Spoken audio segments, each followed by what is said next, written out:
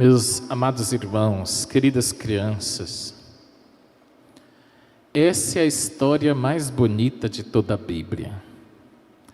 A Bíblia é um grande livro de histórias, mas essa história que o padre acabou de relembrar, ela nasceu da mente e do coração de Jesus. E é uma história sem defeitos. É a história mais perfeita que alguém já contou ou que alguém contará. Dizem que uma pessoa inteligente, ela sabe contar histórias bonitas, não mentirosas, bonitas, verdadeiras. E Jesus foi o maior contador de histórias que já existiu. E não existirá outro superior a ele. Porque essa história que vocês ouviram é a história que revela quem é Deus. Deus é um Pai de amor. Como é o nome dessa história? Muita gente pensa que essa história se chama Parábola do Filho Pródigo. Não é verdade. Essa história é Parábola do Pai Misericordioso. Vamos repetir isso? Parábola do Pai Misericordioso. Por quê? Quem faz a diferença nessa história é o pai ou é o filho?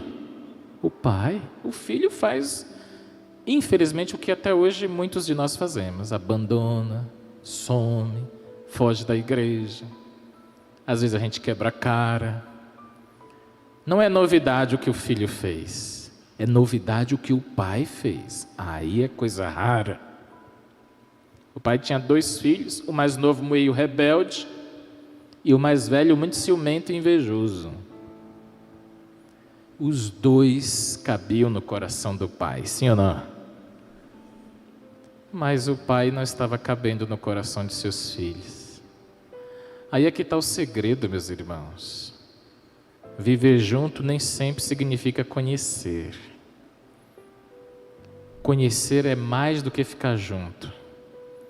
Às vezes você está junto de seu filho e você ainda não conhece ele. Você tem que se deixar conhecer e conhecer ele.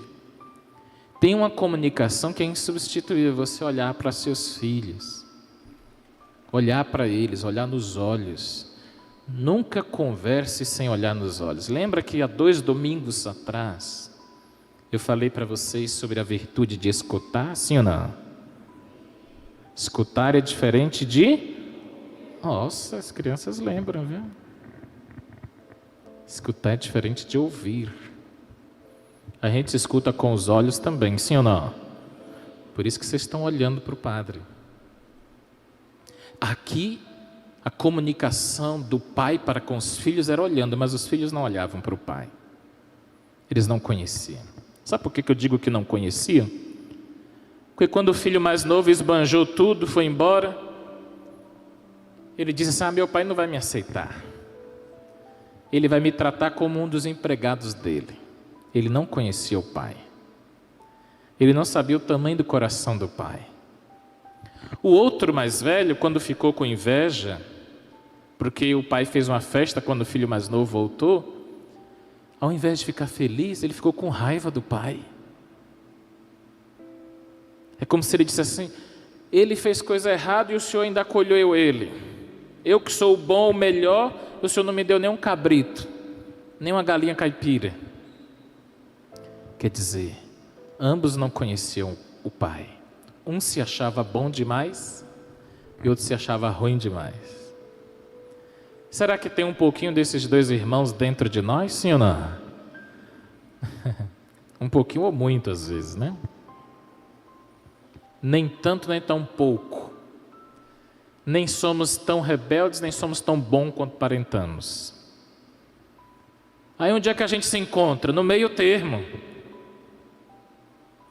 No meio termo. Vai ter vezes que a gente vai ter que pedir desculpas, pedir perdão. Não é para ficar lá comendo a comida dos porcos, dizer, mas não dou o braço a torcer.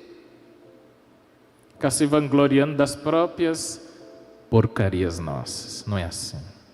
Viu, crianças? Quando vocês errarem, peçam desculpas. Não tenham vergonha de pedir desculpas.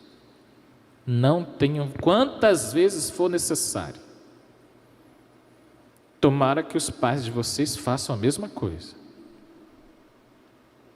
Porque o filho mais novo podia ter todo o defeito que tinha, mas humildade não lhe faltava. Sim ou não?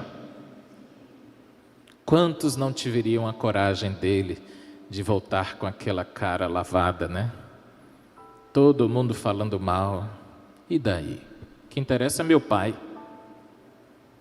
O resto não me interessa. Nesse aspecto, não. Eu quero é voltar para meu pai. Se ele vai me aceitar ou não, eu não sei. Mas que eu vou voltar, eu vou. Como foi que o pai recebeu ele? Deu beijo, deu abraço e deu duas coisas que ele não tinha. Gravem bem isso. Duas coisas: anel e sandália. Não deu tablet, não deu iPhone, não deu iPod, não deu PlayStation, não deu moto.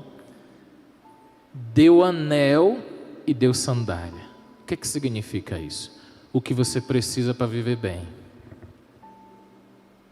É como se o pai dissesse assim: eu não vou lhe dar mais do que você precisa.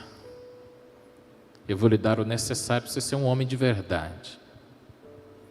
Se eu lhe der demais, você se acostuma mal e vai ser um homem frouxo. Se eu lhe der de menos, você também não vai saber se virar na vida. Vou lhe dar anel e sandália. Anel significa você não é filho de qualquer um. Você é filho do rei. Não deixe ninguém lhe rebaixar, não.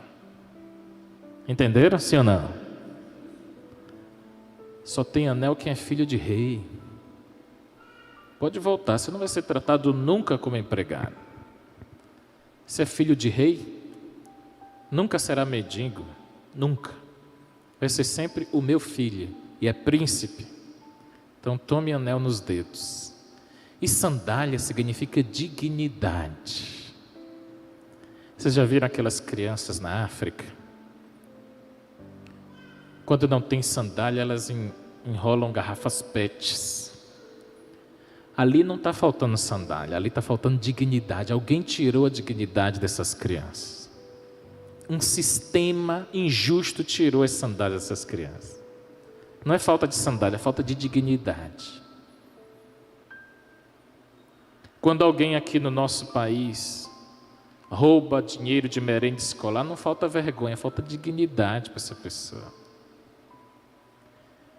Então o pai disse: dá dignidade para meu filho. Ele precisa disso. Ele não precisa de um tênis de 30 mil reais. Ele precisa do necessário. Para todo mundo olhar para ele e dizer: esse tem um pai. Esse tem uma mãe.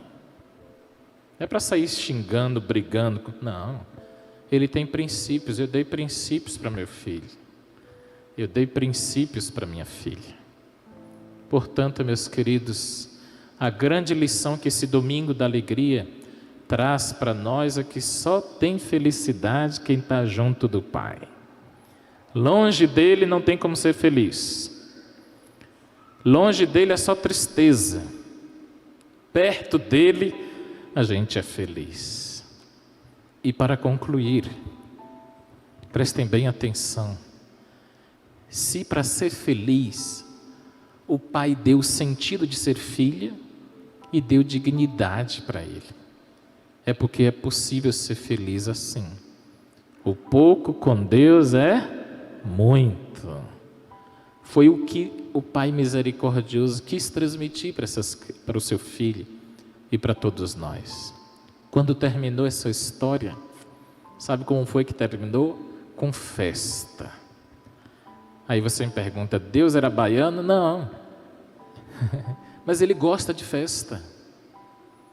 Ele instituiu a Eucaristia numa ceia de jantar, festa.